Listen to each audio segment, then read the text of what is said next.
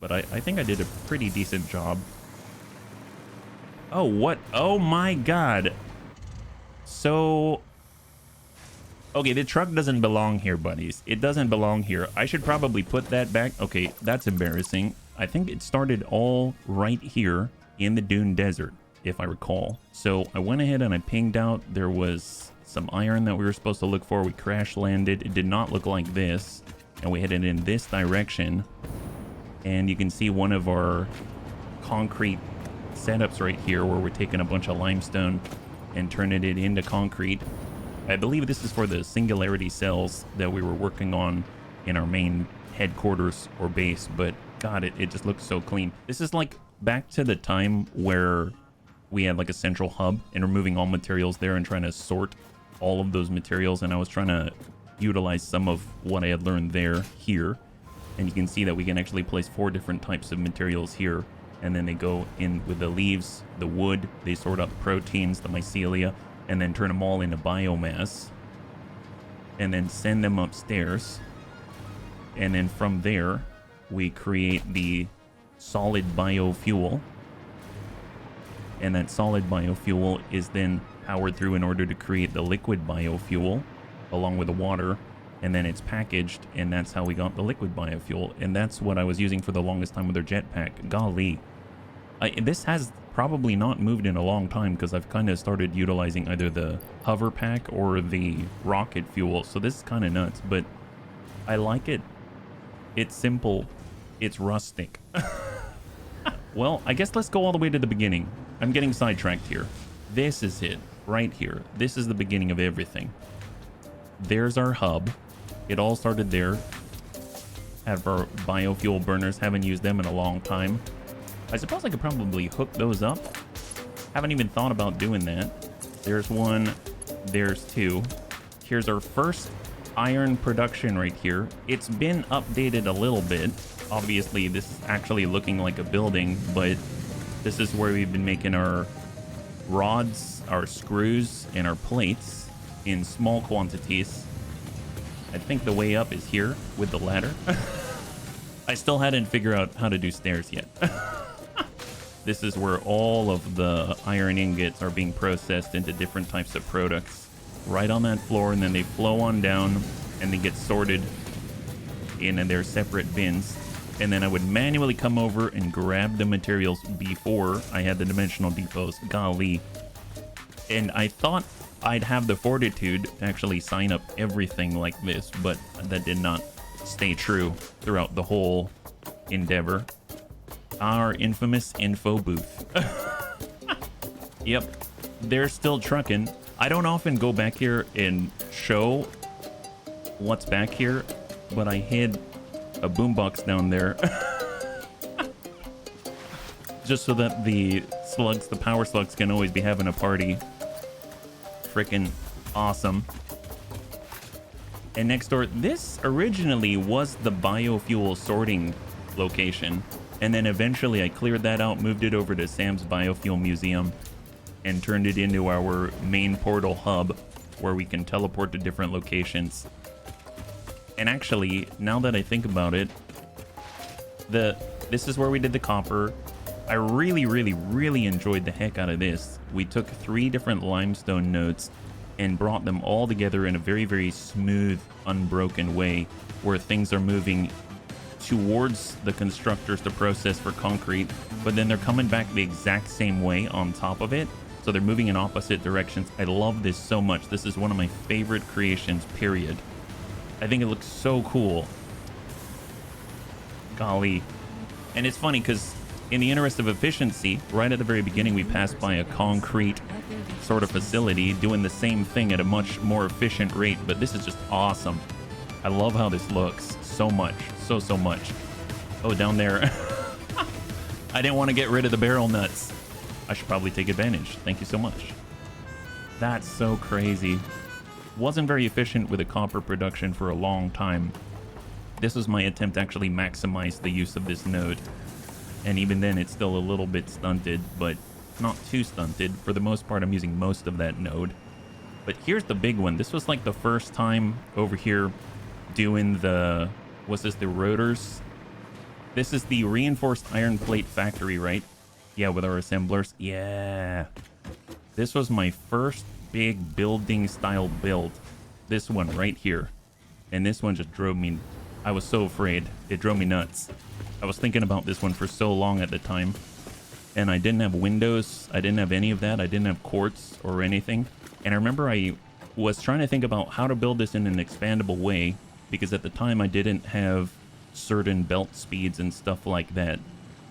And so I was trying to leave room. Yeah, you can see it right here. Where I was sending through 2 belts instead of 1. And feeding to one side thinking I was going to have more space on the left. I could have upgraded all the belts. Basically upgraded this whole facility. But if there's one thing I've learned about myself, it's I build a facility and I'm done with the facility. So I never came back and started sort of like upgrading unless I did like a full replacement of a building. So I don't know if other bunnies are like that, but that was definitely me. But I did really like how everything just sort of flows up in a mesmerizing sort of... There's a certain order and flow to it. But yeah, this was my first really big building with basements and logistics floors and stuff like that. This is the next area right here. I love the upwards, just slow, methodical flow. Later on with tiers, like belt tier 6, everything's all covered up. You just see sort of like flowing lights. You don't really see the materials go up, and I think there's something lost there, even though it's way more efficient. And then at the very top, all of the assemblers making the reinforced iron plates, making the rotors, and then eventually I added this as an aftermarket adjustment. The smart plating. This whole side was the maintenance side. So if you go up these floors, you can come down here to actually work on the guts in the logistics floor. So I kind of had this like separate staircase on one side and a separate staircase on the other. And then finally at the very end, everything would just flow down here. There they go. Rotors and reinforced iron plates. Rotors and reinforced iron plates. I think it was like 8 and 12.5 per minute or something like that. And then this reinforced iron plates were like the key for tier 2 belts. So this was the height of technology for this whole HQ area. Obviously it's been developed out further, but kind of what we've touched upon were all of the bedrocks of this central area. Later on I added in the singularity cell production in order to power all of our portals down below. And Raven helped me out during Fixmas for our doggos. We ended up with 7 total. I thought I might have like 20. Hey guys. Oh my god, you're giving me Nobilisks. Explosives, LD 1 through 7, right? Yeah, LD 4. Yeah, lots of doggos out here. Oh, there's our doggo trophy. The lizard doggo trophy in the lizard doggo area. The fun zone.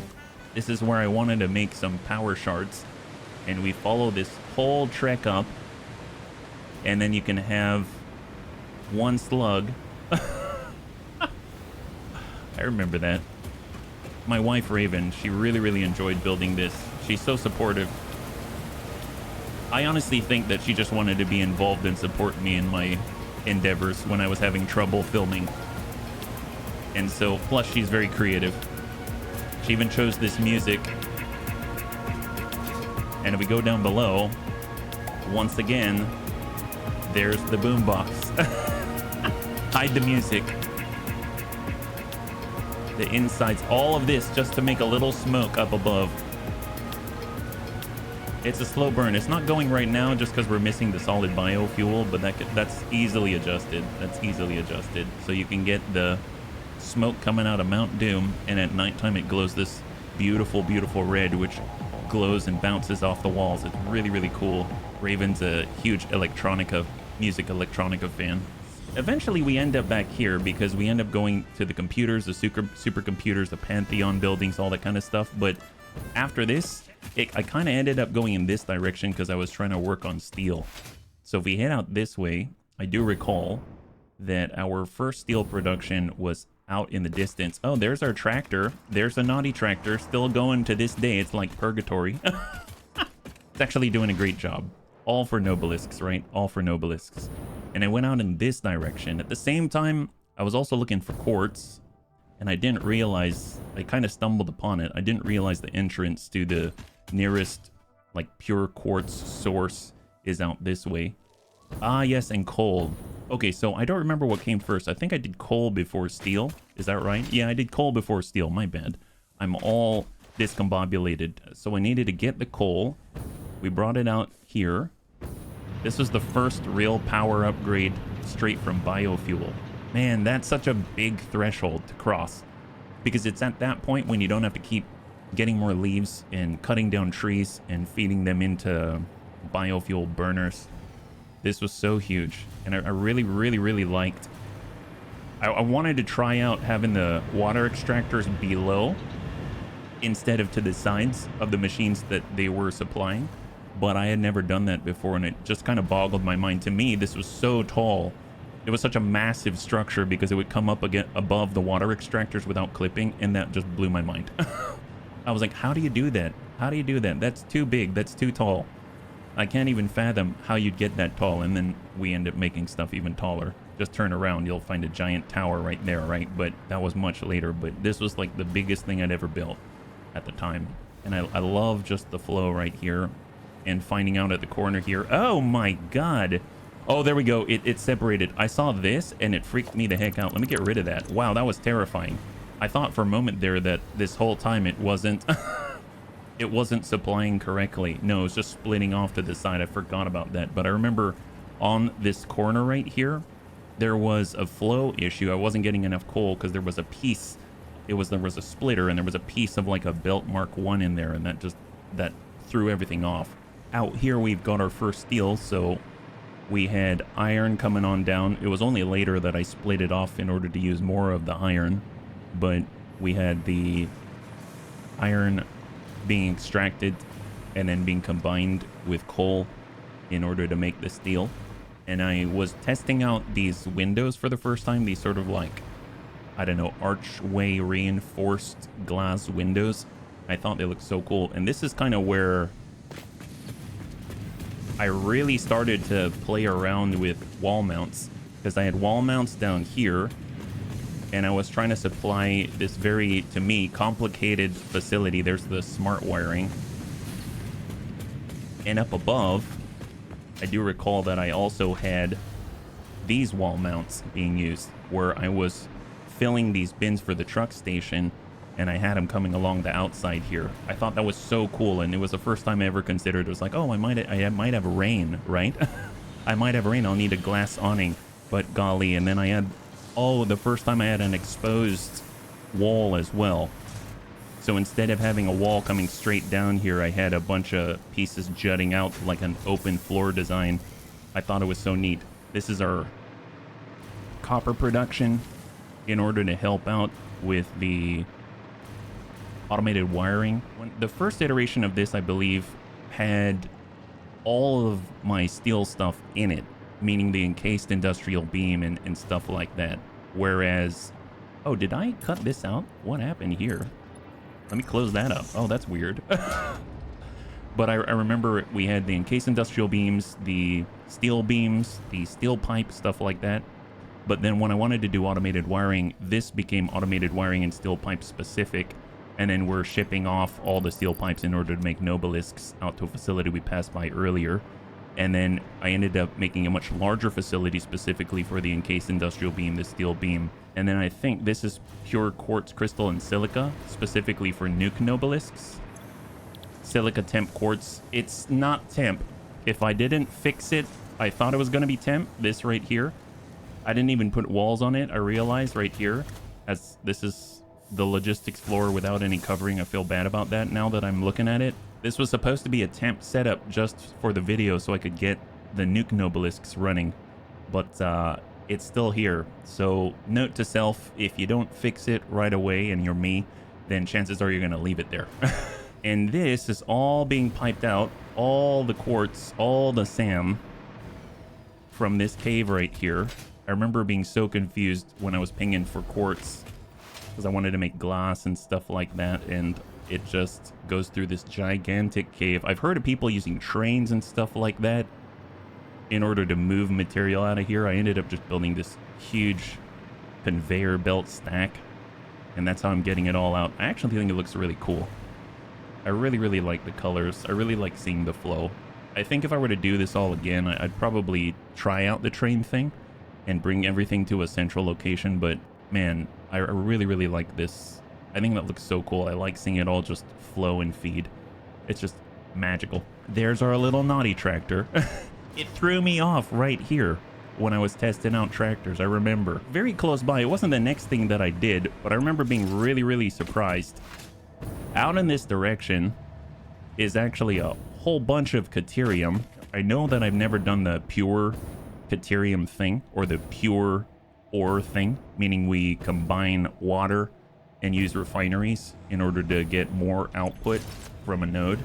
But I needed a lot of quick wire, and this is the first time. It's inside sort of like a cave oasis, and this is the first time that I've ever done the pure thing.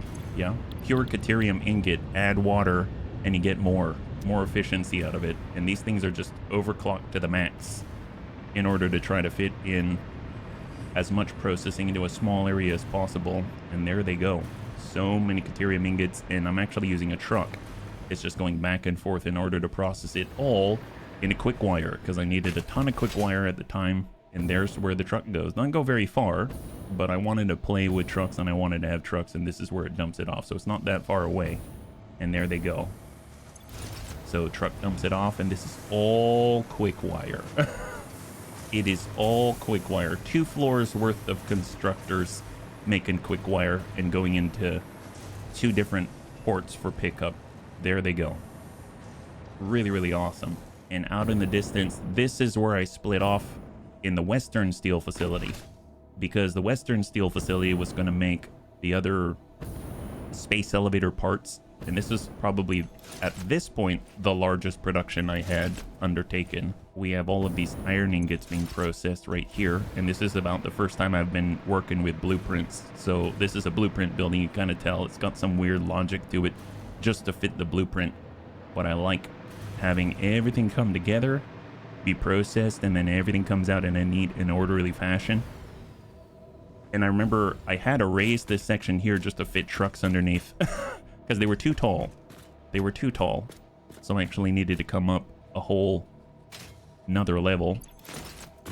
And I was trying to work with the roads. This is the creation of our iodine filters so that I can work with radiation.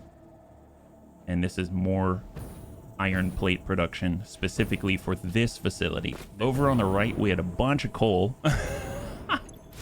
I thought this was so cool. I wanted to do encased industrial beams, and right here I was doing a bunch of concrete production. I was trying to be as efficient as possible. This was like the beginning of it all because my mind couldn't really fathom how I was going to work on that facility right there. I didn't know what it was going to look like, where it was going to be. I thought it might be right here and I'd build around this, but I ended up building it farther away. But I love this kind of stuff. All of the resources coming together and then just coming up in an orderly fashion. I think it is so cool. There they are. Pure, impure. It's all labeled. They're coming in. You can see the different rates here. And if we look down the lane, they're going around the outside in this upside down inverted pyramid structure. And then feeding from the bottom, because I wanted to get them to the same place where I'm actually going to work with the coal in order to make the steel. And did I ever build a door for this? I remember saying that I would. I had this whole idea of, I saw another YouTuber. Oh, I did build a door. It's not a very good one, but I had this whole idea of having a truck station and it would be fed. That did not happen. Truck station was on the outside. First floor, we've got everything being processed, coming in with steel ingot alternate recipes, making a bunch of ingots, and then we send them all upstairs. And the upstairs, I guess I can come up this way. I don't think I ever built stairs. I think I built a ladder. And that's all of it. That's all of it. Encased industrial beam over here. We had the versatile framework. That's what this was. It was encased industrial beam, steel beam, and versatile framework all here.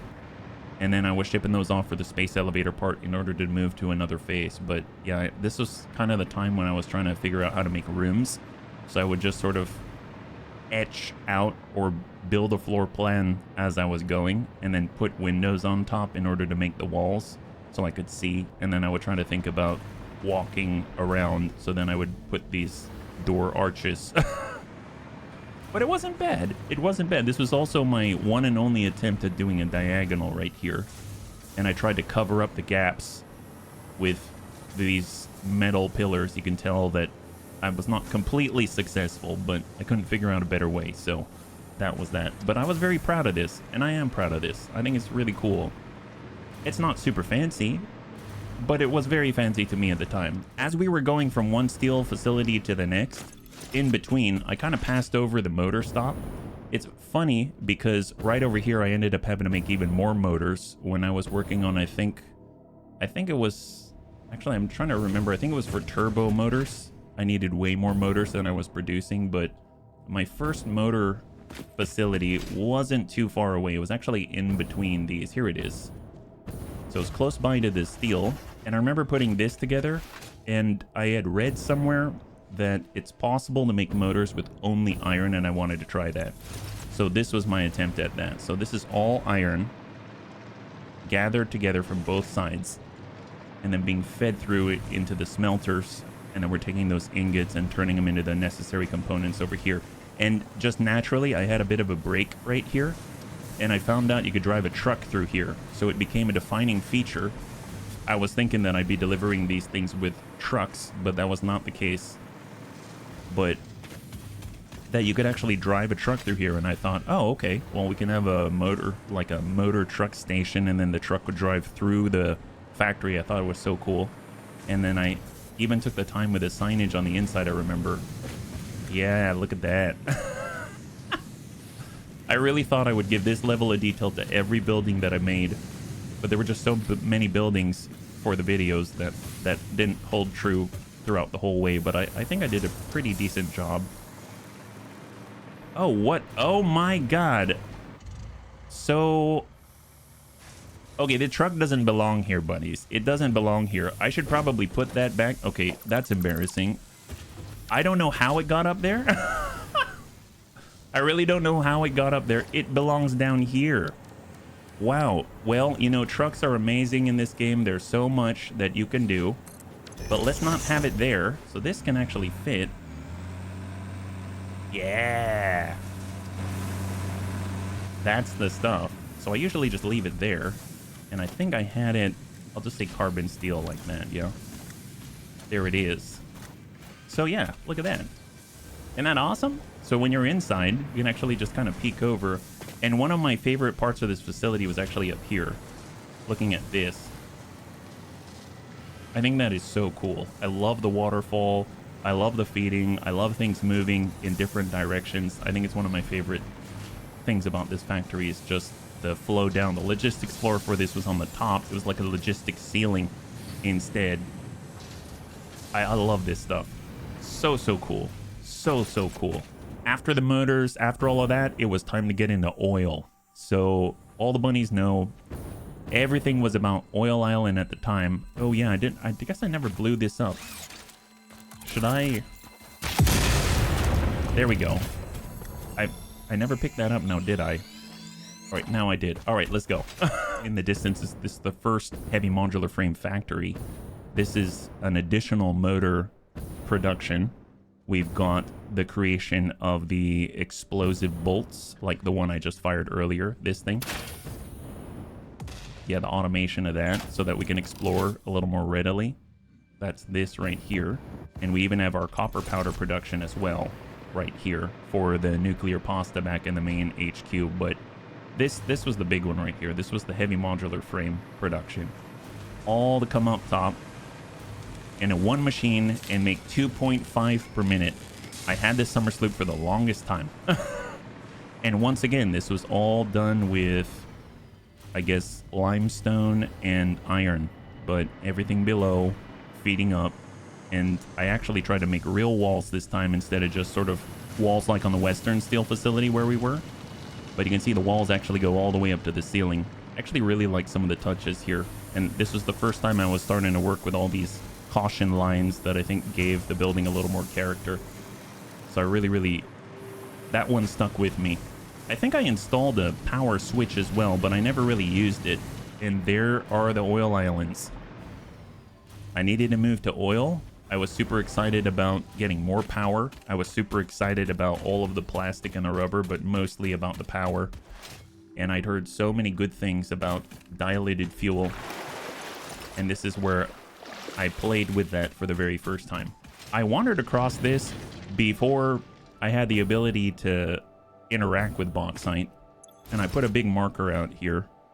And it took a while to get up here and had to fight a bunch of aliens. I think there was a crashed pod out this way, if I recall. Yeah, there's one in the distance right there that I marked up. Aliens have respawned. But here's all the bauxite, and she's just flowing down. I remember trying to mess around with this, putting these, I guess, architectural structures around the lift, so it looks a little more stable, a little more plausible. And she came out, and this the first time was coming out at 480 per minute with a Mark IV, I believe. And that leads straight into the aluminum facility here, which is on the oil islands. Yeah, there she is. Single water extractor. Sloppy alumina. We were making all the aluminum ingots right here. And then from there we made the alclad aluminum and the... Well, I was doing casings and empty canisters, but eventually I moved the casings somewhere else. Somewhere a little more focused. Here is just the empty canisters for all the fuel. This is where we're creating all those canisters in order to make all the rocket fuel for the over 500 drone ports that we ended up with. So this is the genesis of our oil production. This one right here. This was the very first one. We took this oil extractor, outputted, we made some plastic, we made some rubber, and then we also utilized some coal power plants by pumping in petroleum coke. So we added even more power to the mix, and this was it. It was very simple, it was clean, I really enjoyed it. And more importantly, we got the plastic and the rubber that we needed, and we also started to get some tickets, so that was huge. So I really dig that. And then afterwards, we came over and started to mess around with, took a while to get the alternate recipes, but started to mess around with the diluted packaged fuel. That's right. So oil comes out this way. We were taking all of the heavy petroleum byproduct, came out packaged fuel, had all the water packagers on the sides, and then it was the first time I ever worked with a closed loop. They're still going to this day. Don't even have to add empty canisters to it. And they're powering just these fuel power generators. My gosh, we're making almost 330 gigawatt of power now. But I don't remember how much this one made, but it was more than enough to last us for a while. So pretty awesome. They're actually overclocked, I believe. Yeah, they're all overclocked-ish. Almost fully overclocked. Now I have access to it through this drone port, but at the time I really wanted to get into trains, and this was the only train that I built in this world. But I gotta say, I mean, I love the end result. It was just a lot of work, and I didn't think I was going to get very far if I kept going with trains. But if I were to play my personal game, I'd probably lean on trains a lot more than drones. But this is the click boom, and it travels all the way around and goes up this gigantic spiral. We might as well ride it up. In the distance you can see a much more dedicated aluminum facility to make aluminum casing at 800 per minute, and right below it is more plastic and rubber. One of the main plastic and rubber facilities processing a lot of the polymer resin that's coming out of as a byproduct for a lot of the other production. But man, just this whole oil island, I love how this turned out. Just lots of open air machines everywhere, lots of things flowing around. And this is the click boom. This machine right here, this train. And it seems kind of straightforward. It goes by the HQ where we came from. But I think the bit that I was most proud of is really the spiral. Because the spiral, that one took me a while to figure out. I had to look at Reddit. I had to look at forums. I had to see what people had done. How would you go in and structure that so that it looks smooth? And it turned out really, really nicely, I think. But there is the spiral, and it's gorgeous. There's our first radar tower on the very top. And the neat thing is, it led us upstairs where we get access to... Oh, I think one of them's off. Oh, let's not pay attention to that beam. Yeah, I'm not going to look at that beam. One of them's kind of off. There's... Okay, I might have to fix that later. No, I won't fix it. I'll leave it. It's fine. Golly, look at that. That's so cool. I really would love to have a train-based world. I know that that's probably more common than not, but man, trains are so cool in this game. They're so cool. Look at that. They're so awesome. And this takes us over to our armory, where we're actually making a lot of the gunpowder, which we're then the black powder, which we're sending back in order to create smokeless powder. And this is the smokeless powder load right here. So that's how I was transferring things before drones. But yep, there it is. In one way, out another. I love the signage. I love this sort of like glass corridor. And then it's all being dumped off and processed. Man, look at that. Look at that. Color-coded. That's so cool. And they're just swip-swapping. That's it. Drop off the smokeless powder, take in the black powder. Then drop off the black powder, take in the smokeless powder, and vice versa. Over and over and over. That's a full load. I believe. Yeah. Yeah, they're coming out. There they are. And they're just feeding on upstairs. This is where we're making the nobelisks.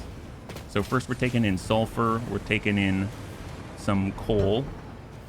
Making some black powder. There's the sulfur. And then it's being processed upstairs in a bunch of assemblers to make the nobelisks, to make cluster nobelisks. We're using drones to bring in a little bit of copper in order to create some of the rifle ammunition. And it's all being automated in our armory. Reanimated Sam in the distance. Oh, and then I remember, I didn't know this, but out here, I guess we can probably go there. Yeah, let's just go there. Totally didn't realize for the longest time that there actually was an oil geyser right next to where I was having my armory. I would have been able to do the processing right here, so I wouldn't have had to have a long train, but I'm glad that I didn't know about it so that I would build a long train, because it's the only train I ever built in this world. But I really like this too, because this was the first time that I was kind of working without a logistics floor, but I kind of had a pseudo logistics floor. So if you look at this, it's 4 meters high on the foundation, and then these are 1 meter foundations for the floor. And I've kind of hidden everything on the ceiling. I think it's so cool. I didn't really use that technique that often, but this is probably the best example of it, where it's hidden, but it's also visible, so it's easy to maintain and follow. So I thought it was so cool. And all of that came down in order to create circuit boards. As many circuit boards as I could get, because we needed to do the computer and supercomputer thing. So a lot of circuit boards. And as a result, a lot of assemblers with 2 different central feeds. Up until the end, I did the central feed thing quite a lot, but man, is it efficient. So pretty. And of course, because of belt limitations, I had to have 2 different, I guess, sections of feeds, because I can only go so fast and feed things so quickly. And then first time I really had to pump water as high as I could. And it's not even that high, but I sure remember that being a bit of an issue. There it is. And there are the oil geysers up there. This is where it all started.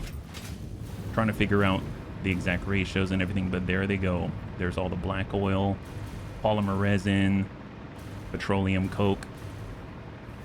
heavy oil residue, all of that. My goodness. Well, where do we go from here? I mean, granted, we have the armory this way. We've got some more advanced structures here. There's our rainbow drone bridge flying in the distance, but I ended up going very, very far away. This is about the time when I figured I would like to get into rocket fuel, and that was super far. So just to give you an idea, we're up here still kind of in the, we're in the north, well, I guess, would you call this? It's like the red tree forest or whatnot. This is the dune desert, northern forest. We're in like the reddish tree area out there, kind of a dangerous place. But all the way in the southeast, ended up heading out here because I really wanted to build out in the grassy plains. So let's head out that way. There's going to be a lot of random structures along the way, but they're mostly just dedicated facilities just to extract material, right? They all look pretty similar. It's just an extractor, drone ports, and then, you know, a distribution with a buffer and container. Yes, so this is on the way. So if I stop right here, you can see, I guess the first time before 1.0, I built coal power plants here because I started in the grassy plains. This is where my first base was, right here, and I did end up building here as well. But over and along the way, this is where I did our cooling tower. This is the first time that I ever experimented with sort of like very bright, emissive signs in order to give them accents. I really, really like this touch. It just took a while, and I didn't have the patience to continue to do it. But gosh, I wish every single one of my buildings could have some kind of accent like this. I love it so much. And I try to mess around with the blueprints to make it happen, but I never figured out a really, really nice, simple way to do it. So this one, I believe, is the, fused modular frame, the fused boat, I called it, because it kind of looks from the side like it's shaped a little bit like it could go in the water, like it's a cut-off prow of the boat. We have a lot of processing below, and then we've got all of the blenders in order to process the fused modular frame. So it's really like advanced assembly factory as opposed to, you know, doing everything from smelting and processing, because it works with a lot of aluminum casing. And then the cooling tower I thought was very well done. We had a focus on this on one video, and I was very surprised with how clean it turned out. But I really, really like this. I love the waterfall coming from all the drone ports on the top. It's just looks like I designed the heck out of this, but I did not. Ooh, see, look at that. The lines don't perfectly match up. It's okay. This was also one of the first times I was working with like nitrogen gas and stuff. And then the blenders making the cooling systems. That's what they're called. Cooling devices, cooling systems. And that's all being passed up. And this was sort of the, I guess, cementing the use of drones all together on top of a tower. That style was kind of solidified here. I'd say it was probably born in the top of the world computers, which is back in the main base. I suppose we can go back there a little later. But yeah, I really, really liked how this turned out. And mostly because I really like the color accents, and I actually added lights. It was like one of the few times I added lights. And at nighttime, it just looks really good. It looks really, really good. So I dig it. I'm very proud of this one. And I'm glad I got it on video.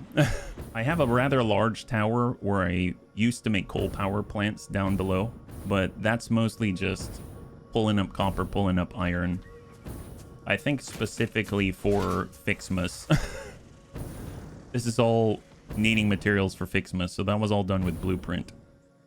And this is probably like one of the cleaner blueprint things I've done. But oh yeah, it's all backed up because I don't have any way of syncing that out. I should probably fix that at some point.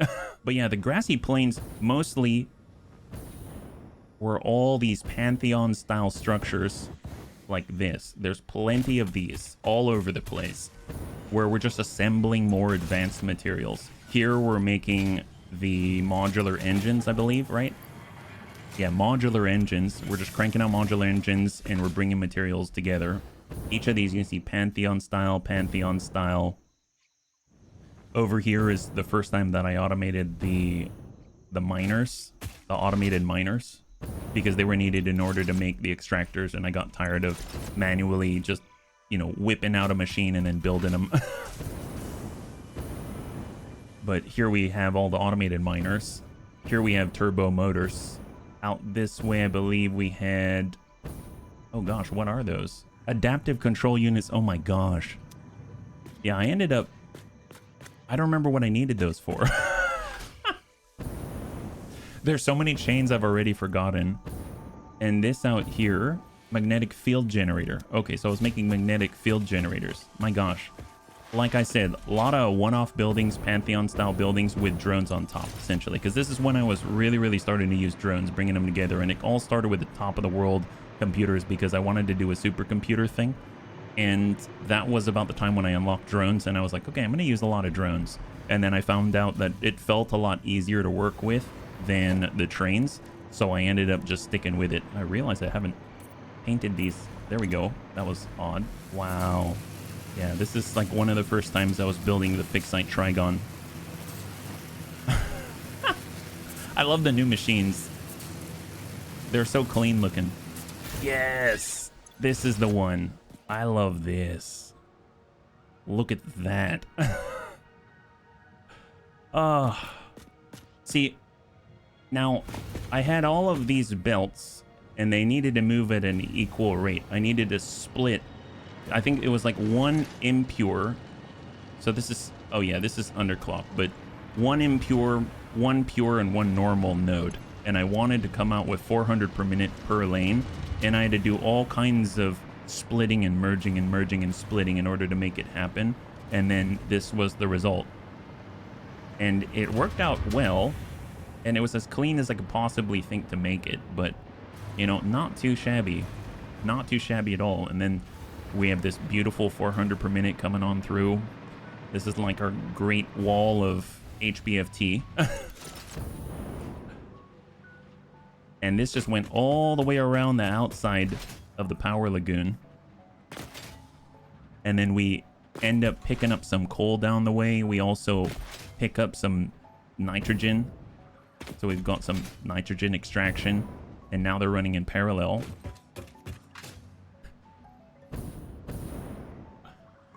And I love this. I love this so much, this waterfall.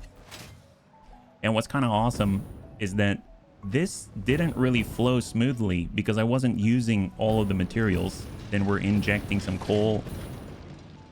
But we didn't use all the materials, but now we are. So now it's all continuously moving, right?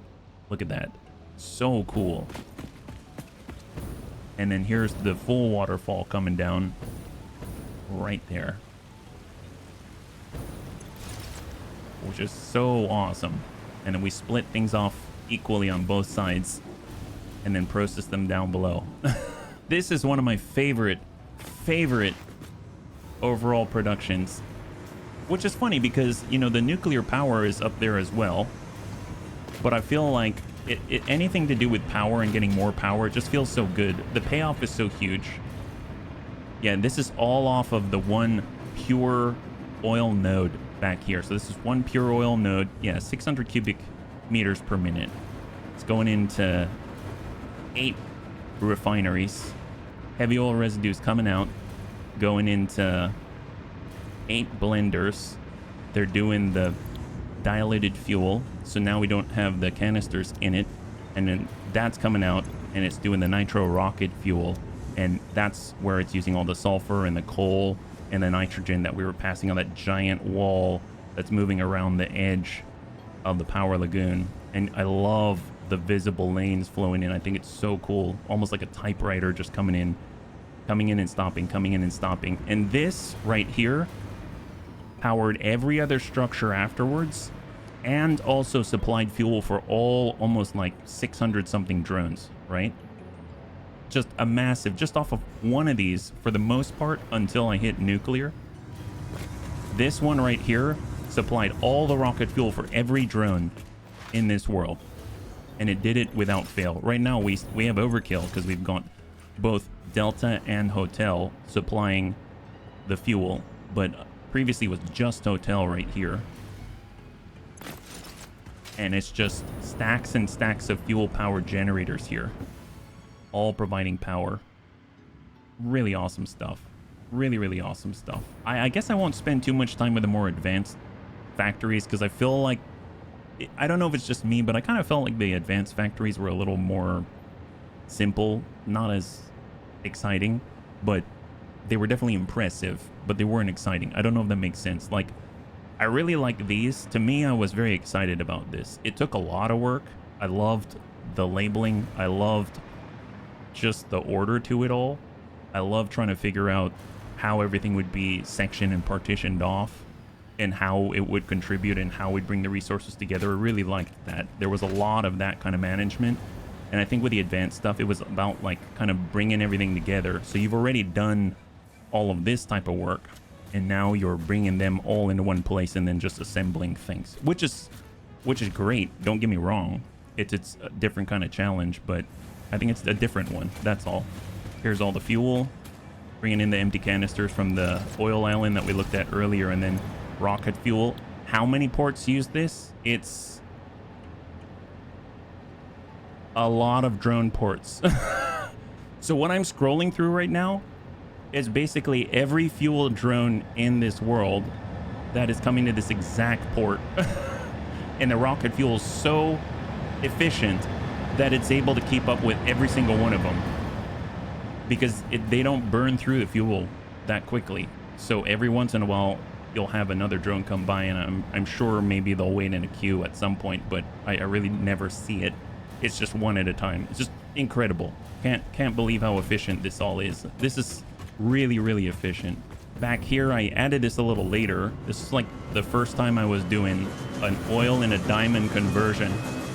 So it's just one pure oil node powering 2 particle accelerators and outputting 120 per minute of diamonds. So where do we go from here? Well, out this way, I ended up needing even more heavy modular frames in order to keep up with the need for the fused modular frames.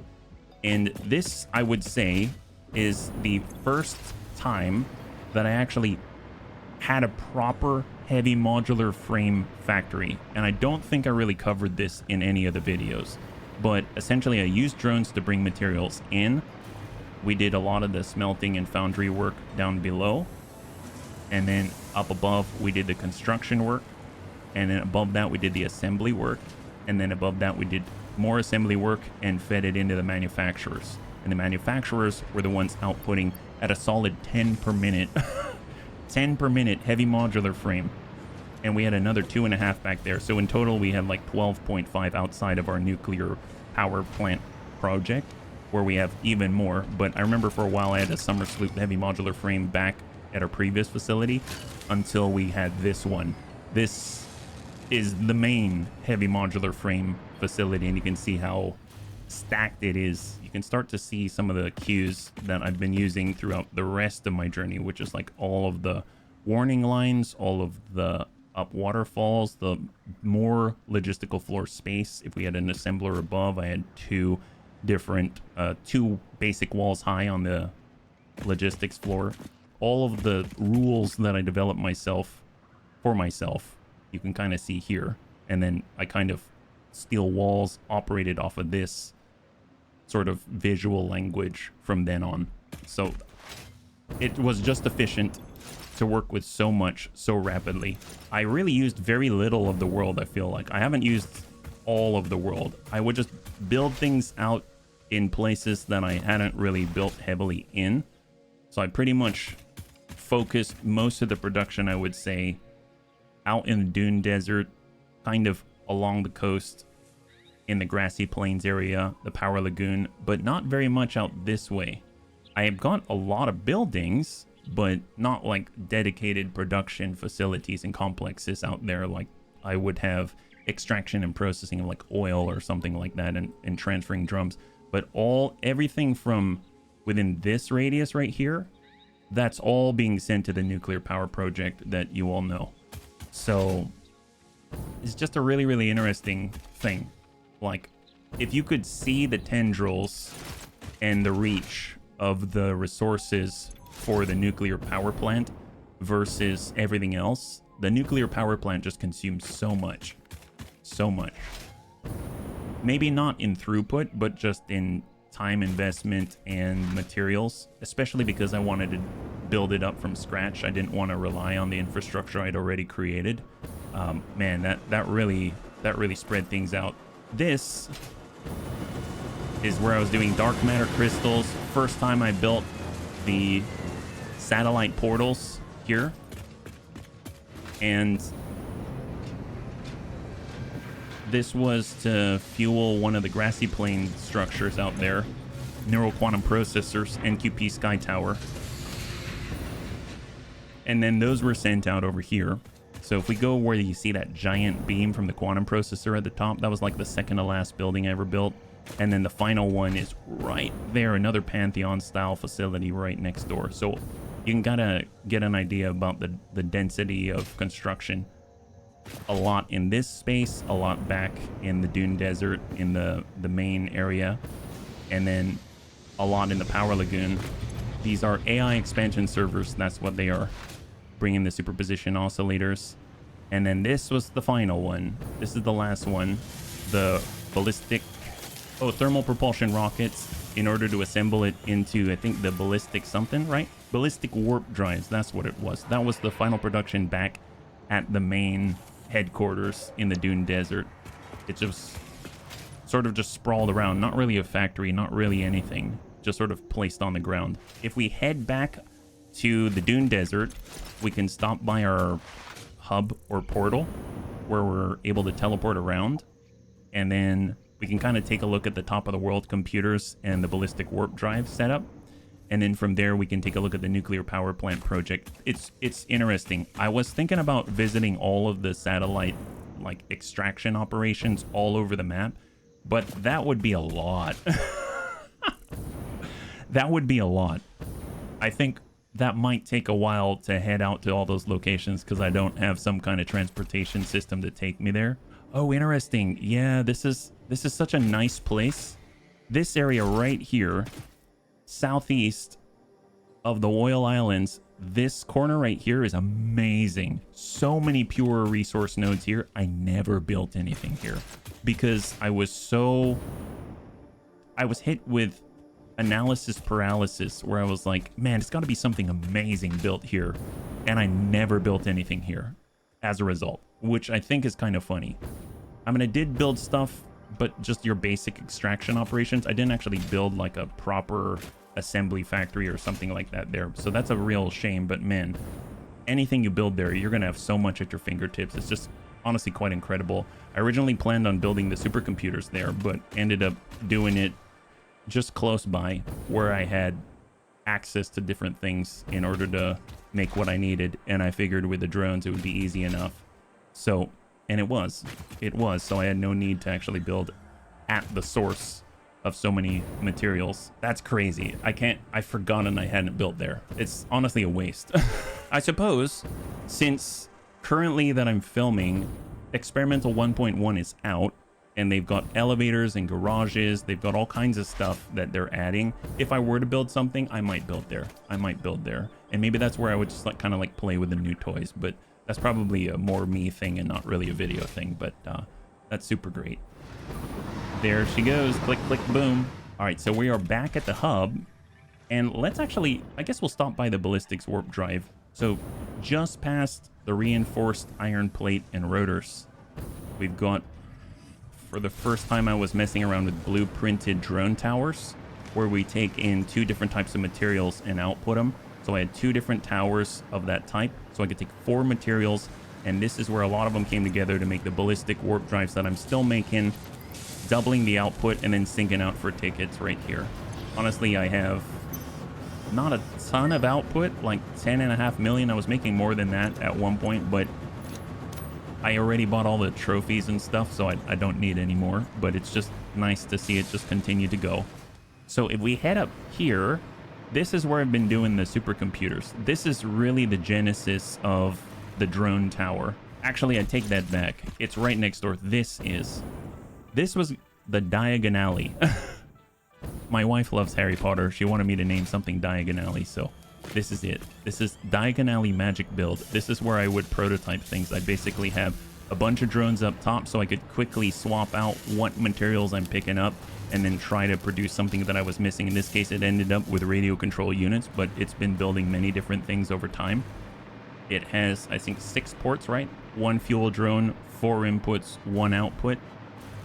And those are all for the radio control units. And then right above that, we've got kind of the first solid I'm leaning into the drone thing. This right here, top of the world computers. I love how this turned out. This is where we make supercomputers. We've got all the drone ports. They've got their own buffers. They've got their own spaces. Bringing everything together. We've got a pickup point and fuel drone right here. And down below, we are making the computers. So you can see we're making computers. Caterium computer. All the quick wire from next door. So the drones are actually picking up from here. Bringing them on over.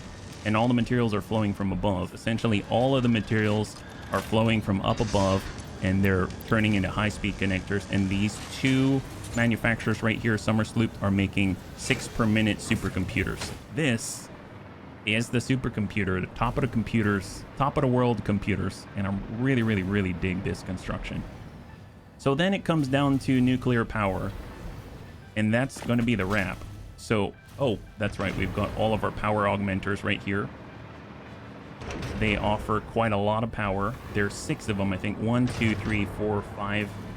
And do we have 6? 1, 2, 3, 4. Well, we've got 5. 5's quite a lot. They're offering 21, almost 22 gigawatt of power. And they're all sitting on tops of batteries. Actually, speaking of batteries, how much do we have? We have 21.2k megawatt hours worth of charge. That way we don't have interruptions. I guess if I stop by here, does this lead me to the one of the aluminum productions? I don't remember what it's keyed to. Yep. This is one of the other main productions. Right now we are out here, kind of out in the middle of nowhere, but we're trying, this is the nuclear aluminum area, and this is now a production specifically for our nuclear power plants. I spent a lot of time here, and this is where I've been messing around with a lot of packaged goods and packaged fluids. So this is a closed loop for oil at 120 per minute. Over here we've got the sulfuric acid being created, and in the distance you can see all the sulfur just flowing on into these 3 refineries. And then here we're doing 2,400 per minute of aluminum scrap, so 1,200 per lane right here. And then that's all being smelted into aluminum ingots at 1,200 per minute. We have some extra empty canisters more for personal use, but that's 1,200 per minute of aluminum ingots, which are being sent on over to the nuclear power plant area. So this is kind of like the main source of nuclear, I guess it's the nuclear aluminum section, right? The other main one is our water production, which I think I've shown bunnies quite a lot, but this one was quite a head trip for me. Here we are. This is it. This is how she ended up. This is all the power, the water wall. There's no other purpose for it. And that is all of the water that's normally just a couple of water extractors per nuclear power plant each. All of it's being packaged, flown over, and unpackaged. It all comes from here. And we are up in the north to send it just down southeast of here. But yeah, this is it. God, it's so cool. There's a couple of fuel drones at the end of each lane, and it just sends the fuel right on down. For the most part, it just sits in queue because the rocket fuel is so efficient, and the drones have to queue up in order to send a continuous stream of 600 cubic meters per minute of water to each power plant. And it all happens here. I love the little wing wiggle before it lands. I feel like that's like a real aviation thing. If you want to communicate with someone and you can't really talk to them, you do physical things with your craft. And I love they built that into the drones. And that all comes back to the nuclear power project. So we might as well at least take a visit and just do a quick flyover. Oh, I even glossed over the Fixmas Island, but that's okay. That's more an event thing. This is actually the end of the line here, so I guess we're going in reverse. But here's where we sink out all the resources. This is where a lot of the resources are flying to. And a lot of stuff's being peeled off the resource wall. And a lot of the products that we're creating and imbibing are all being sent between the buildings. And there are all the nuclear power plants out there. Way in the distance, we're heading towards the uranium. These are the plutonium, and these are the fixonium in their 3 different colors. 3, 8, and 4 for 15 total. And it's... what a trip. What a trip it's been. All those water drones are right behind each of the nuclear power plants. I remember I had said at one point, I want to see a sea of drones. I guess this is as close as I get. I still don't exactly know how many drone ports that I have. I know it says 500 plus, but I would imagine we're closer to 600. I think if I go over here, it'll just give me a general rounded number. I'll go to all ports plus 500 other ports, right? So it's 500 something, but this is the final thing we ever did. It's all out here. I think it turned out pretty well.